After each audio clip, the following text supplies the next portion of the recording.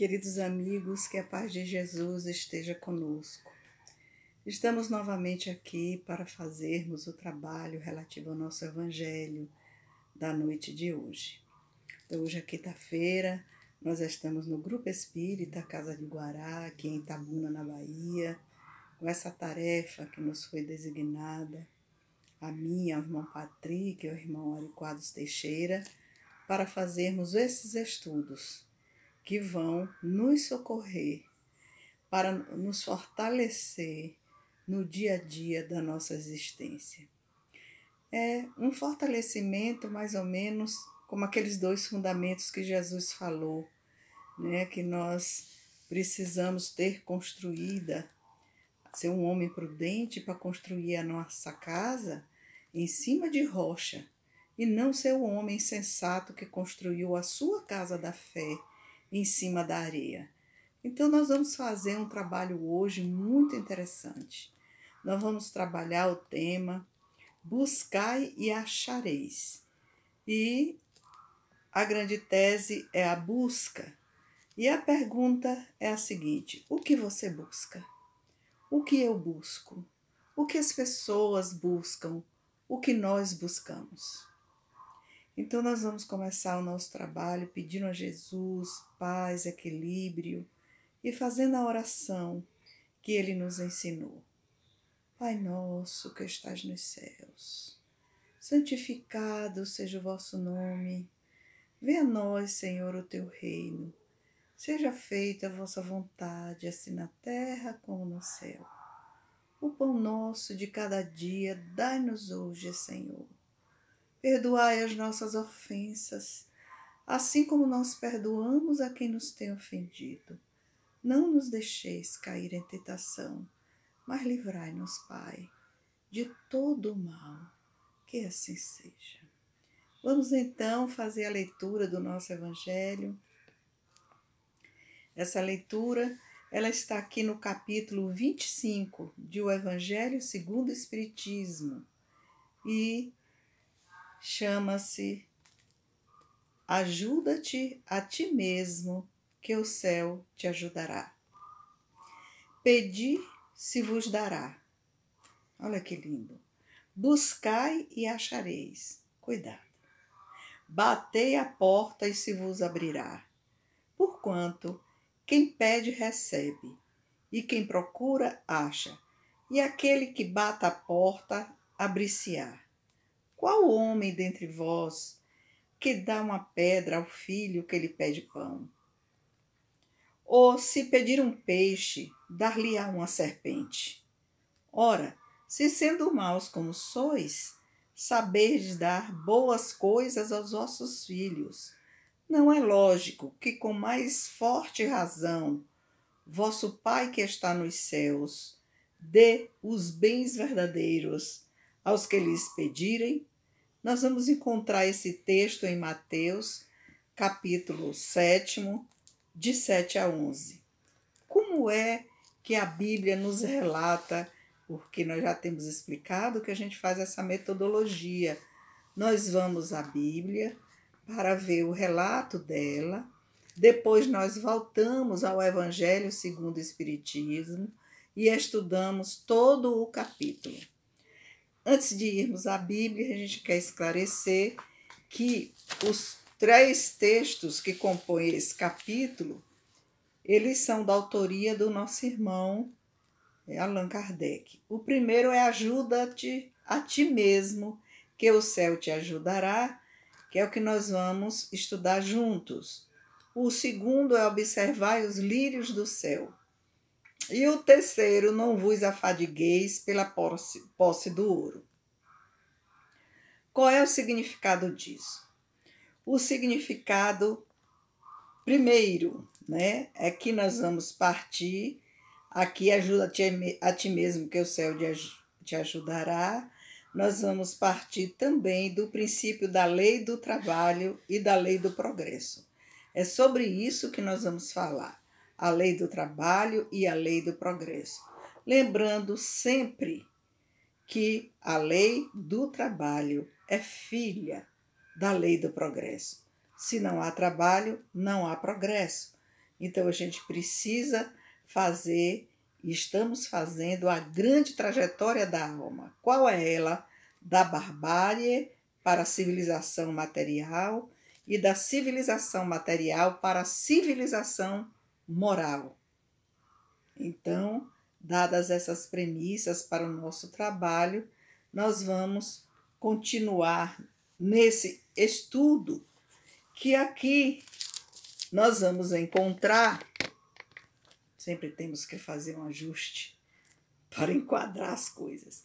Nós vamos ver então que na Bíblia, esse capítulo 7º de Mateus, ele vai começar com a questão, Jesus vai chamar a atenção a respeito de que o juízo pertence a Deus. É a trajetória para a gente chegar lá no inciso 7º, capítulo 7º, inciso 7, o 7º.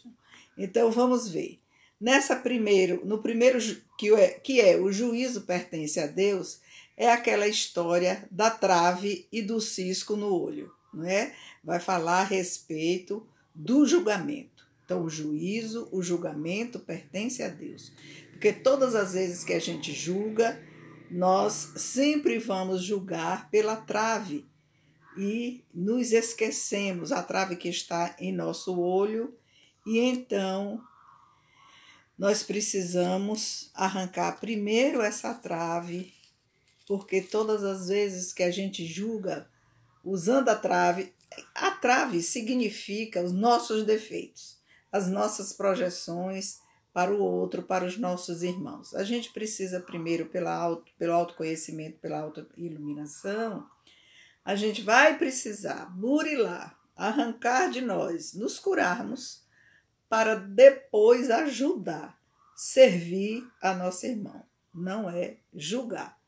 Então, aqui no Evangelho, que está no Novo Testamento, que é a Bíblia Thompson que eu uso, né? Vocês já sabem que a gente utiliza esse livro, está dito assim: não deis aos cães as coisas santas. Olhe como começa esse texto.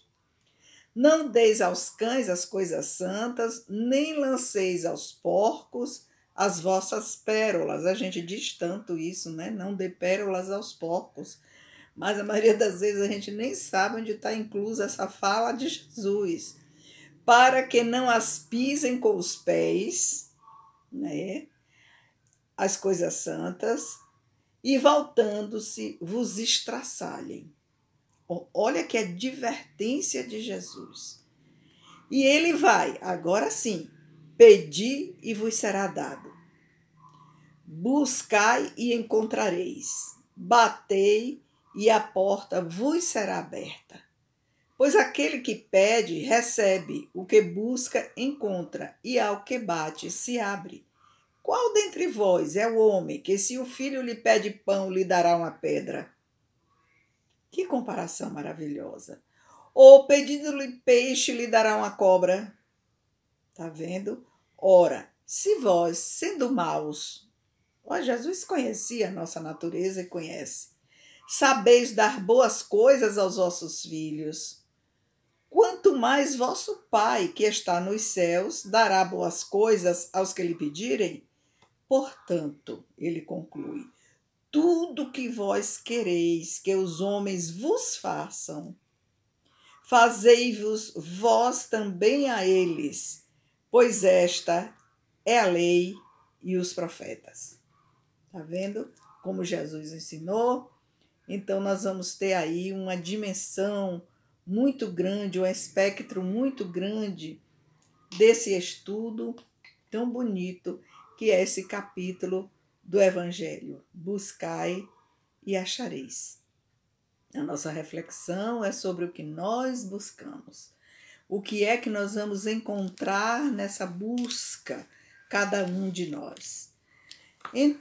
Então, nós traçamos aí os nossos limites para que fique melhor entendido o nosso capítulo, não é? Que é aquela questão do princípio da lei do trabalho, e traçamos o caminho, que esse caminho é que é a trajetória da alma, da barbárie para a civilização material e da civilização material para a civilização moral.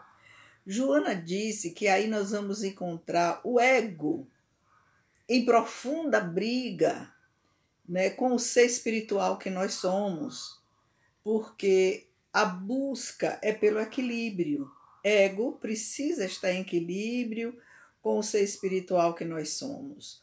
O ego aí está representado pela civilização material.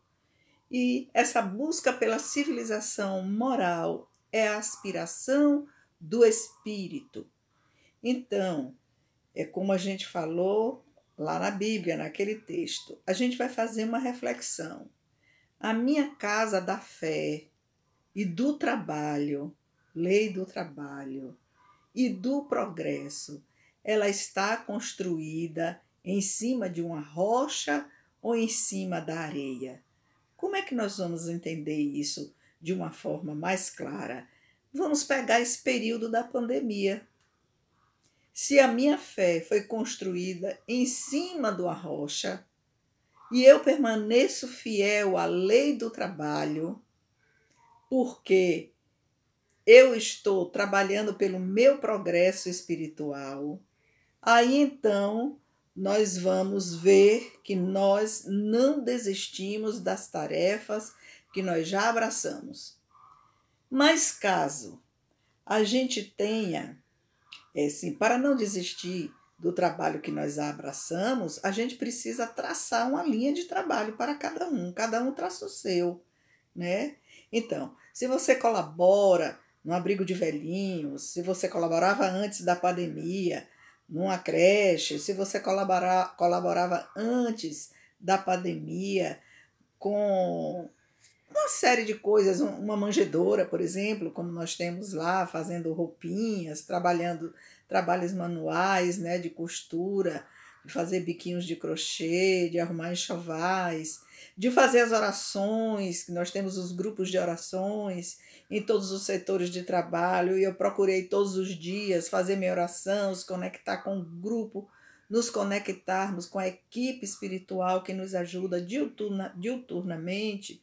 Nós vamos estar protegidos das intempéries, dos ataques, dos nossos desequilíbrios, dos ataques exteriores que querem nos levar ao choro, às lágrimas, ao desespero, à aflição, à solidão, mesmo ao suicídio, como a gente tem visto, né, e acompanhado o noticiário aí, que o número de suicídio aumentou muito durante essa pandemia. Nós não estávamos acostumados a viver em família e a viver conosco mesmos nas situações da vida. Quando nos vimos diante dessa situação, aí sim, é que a gente vai ver, cadê a minha casa da fé? Está construída sobre a rocha ou construída sobre a areia? Quem teve a sua casa construída da fé sobre a areia, certamente ela balançou, porque muitas também desabaram. E as pessoas foram para as questões profundas da alma, dos desequilíbrios, das inconstâncias, né, de comportamentos bárbaros mesmo dentro de casa, agressivos, e perdeu a serenidade. Então, se nós passamos ou estamos passando por essas situações, acreditem, nossa casa foi construída na areia. Porque para ela ser construída na rocha, a gente vive a situação, entra em oração, busca, pede ajuda e os céus nos respondem em forma da visita de amigos espirituais que afastam ataques exteriores do nosso lar, nossa própria vinculação com os obsessores. E isso é muito grave. A gente precisa ter um cuidado enorme com o nosso comportamento. A nossa irmã, Joana de Ângeles, ela nos diz o seguinte: o que será essa busca, né? O que a gente busca? A gente precisa saber o que deseja. É a primeira coisa. O que é que eu desejo? Eu desejo a saúde, o desequilíbrio ou a doença? Todo mundo vai responder. Eu desejo a saúde e o equilíbrio. E a irmã Joana de Ângeles, ela vai nos fazer refletir o que é que eu faço para adquirir o equilíbrio. Ela disse: você vai ter que descobrir as suas insuficiências para ter condição de adquirir consciência da realidade de você mesmo, não é? Como eu sou, como eu reajo. Essa via de conhecimento é uma via intuitiva, é uma via de pesquisa dos atos e fatos da nossa vida diária. Pega um caderninho e divide o dia. Manhã, o que é que eu fiz? Tarde, o que é que eu pensei? Quais foram as minhas ações? Os momentos que eu me irritei. É aí onde a coisa começa. Começa na irritação. Se você é um espírito facilmente irritável, sua casa foi construída na areia. Sua casa da fé. Cuidado. Todo mundo se irrita. Mas a medida da irritação, ela é diferente de uma pessoa para outra. E nós precisamos estar atentos. Qual é a minha medida? Eu tenho observado muito essa questão da medida da irritação em meus pensamentos, em meu comportamento. E isso tem me ajudado a entrar numa maior serenidade diante de todos os conflitos que todos nós vivemos e estamos mergulhados neles. E eu vou vendo a melhor forma de resolvê-los.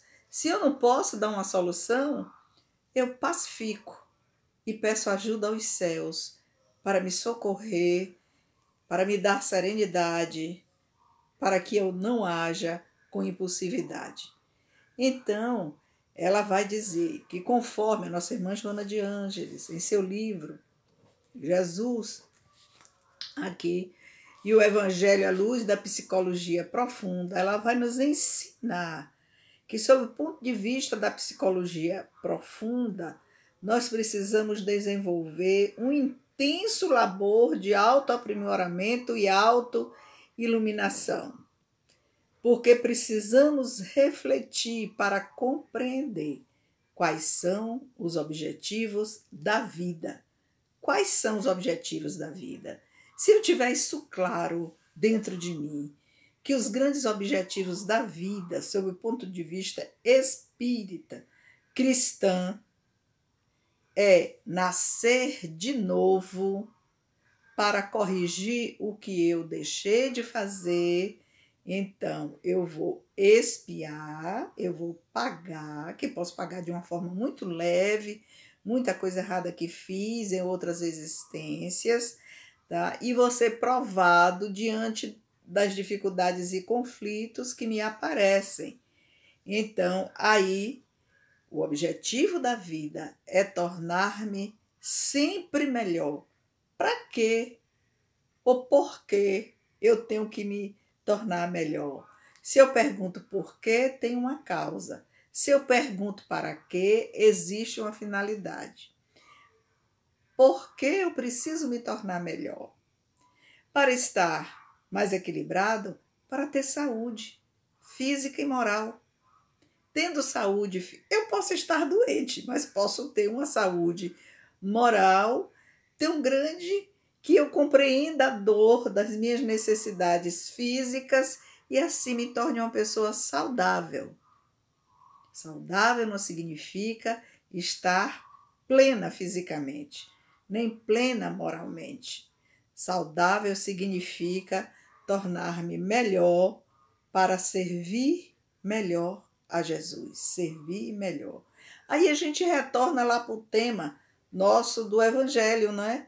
Busca a história.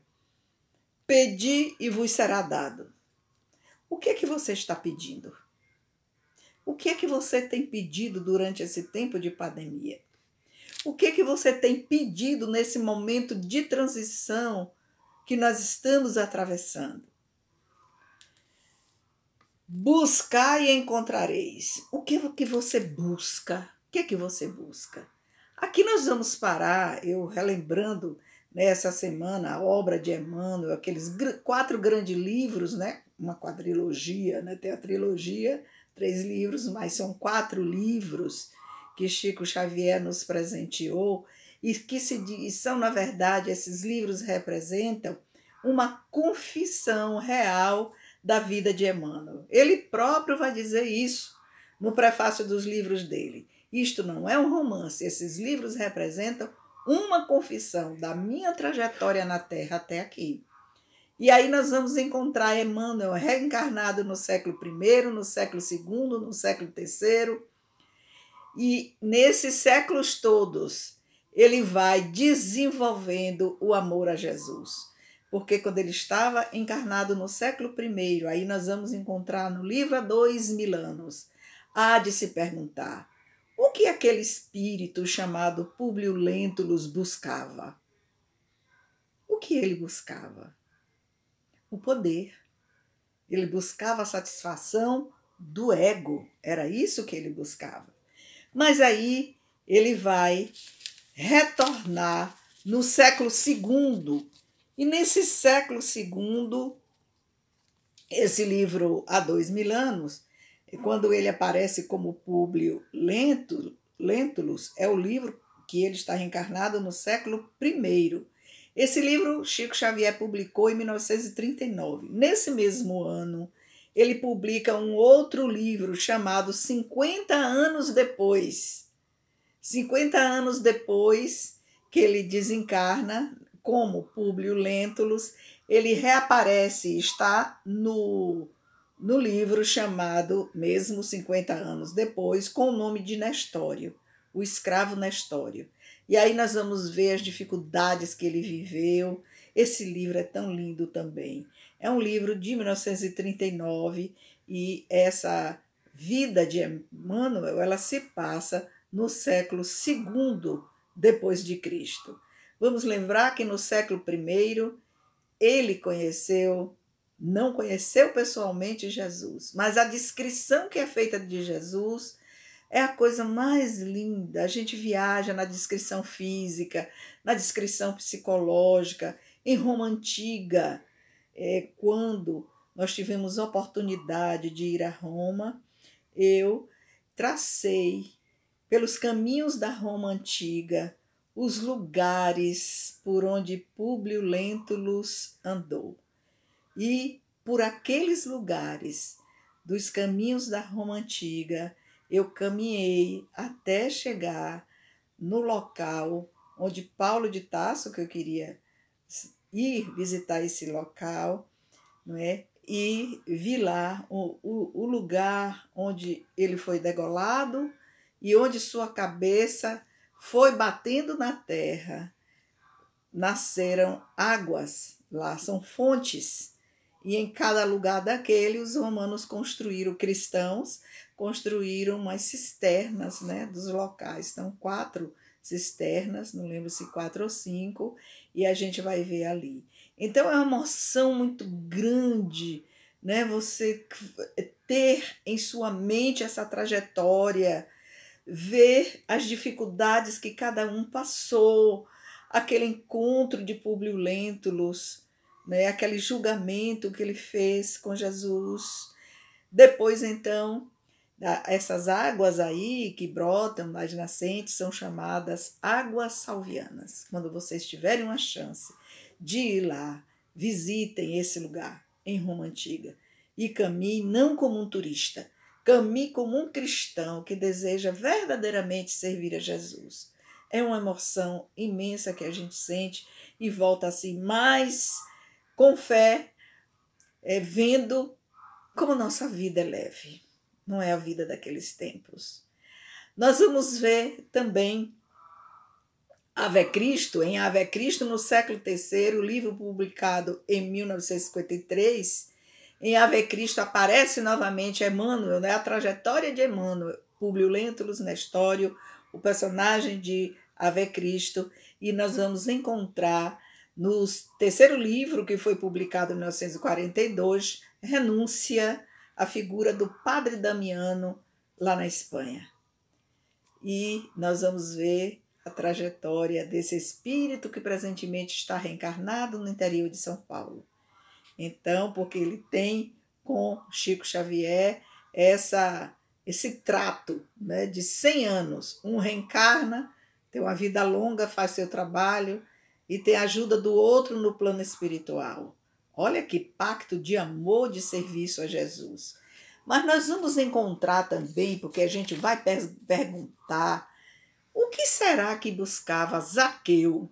Lembra da figura de Zaqueu?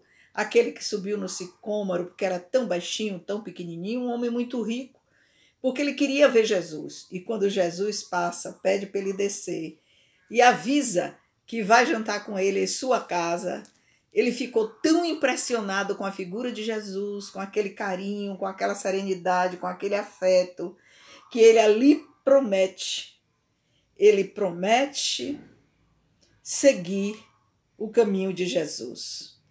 E nós vamos encontrar esse espírito no livro Ave Cristo. Lá está Zaqueu, reencarnado no livro Ave Cristo, que é um livro que começa assim, que termina na apresentação de Emmanuel. Ele tem uma apresentação muito interessante. Mas vamos falar de Quinto Varro e Quinto Celso, o mesmo personagem. A gente vai ver Quinto Varro e Quinto Celso e o filho Tassiano. Como é que Zaqueu, desesperadamente, em 2 reencarnações, ele tenta salvar esta alma de codinome Tassiano, de trazê-la para Jesus, e ele consegue. E a descrição da chegada ao mundo espiritual, trazendo no colo o seu filho Tassiano, a gente chora.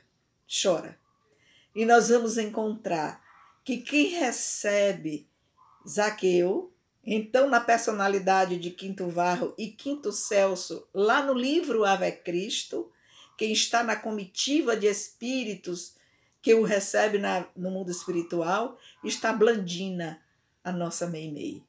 É um daqueles que vem gloriosamente receber o trabalho dolorido, cansativo, persistente, casa construída na rocha de Quinto Varro, que consegue transformar seu filho num seguidor de Jesus.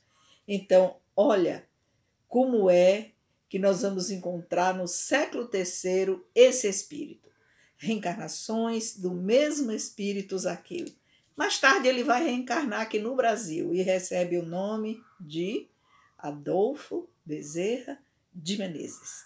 Então, no momento em que a gente decide seguir Jesus, a gente decide e segue. Mas a casa tem que ser construída na rocha. Eu acho lindo o início, né, que é o prefácio do Emmanuel, e o final do livro. No começo, ele vai dizer assim: Ave Cristo, os que aspiram à glória de te servir, em teu nome, te glorificam e saúdam. O começo é esse. Os que aspiram à glória de servir em teu nome. Então ele está dizendo que ele se dedicou a Jesus e se dedicou a servir em nome de Jesus. Vejam lá no prefácio do livro. Mas no final do livro, ele diz diferente. Ave Cristo, os que vão viver para sempre te glorificam e saúdam. Então, primeiro serve a Jesus e depois vai viver para sempre. Esse viver para sempre está na trajetória da reencarnação. É preciso nascer de novo para poder ser filho de Deus, para poder traçar, ser considerado filho de Deus e traçar essa trajetória para nós mesmos do caminho da autoiluminação. A nossa irmã Joana de Ângeles vai chamar essa atenção. Cuidado! Você sabe o que é que você deseja? Você sabe o que é que você tem pedido ao Pai? Você tem pedido bens materiais ou bens morais? Você tem pedido ações que estão inclusas na barbárie, mais bens materiais, ou você tem pedido os valores da alma? É aí onde está o metro da nossa vida. Nós vamos terminar aqui com algumas palavras da nossa irmã Maria Dolores, que diz assim: sabe o que é que Deus quer de nós? Ele quer misericórdia. Se confias em Deus, alma querida, vem com Jesus do lar, que te resguarda e eleva, ao vale da aflição, onde vagem na sombra os romeiros da angústia e as vítimas da treva. Na crença que te nutre, acende a chama do amor que te desvende a trilha fora. Os convidados de Jesus ao banquete da vida, os que formam na terra a multidão que chora. Vamos! Olha, Jesus à frente nos precede, insistindo por nós de caminho a caminho, e pede proteção ao que segue em penúria, reconforto a quem vem, a quem vai padecente e sozinho. Aqui passam em bando aos ímpetos do vento, pequeninos sem fé, sem apoio, sem nome. Que fazem? De onde vêm? Aonde vão? Ninguém sabe, e nem sabe explicar a mágoa que os consome. Ali geme sem teto o doente esquecido. Além, tropeça e cai, sem a escora de alguém, o velhinho largado à vastidão da noite. Quem recebe por leito a terra de ninguém.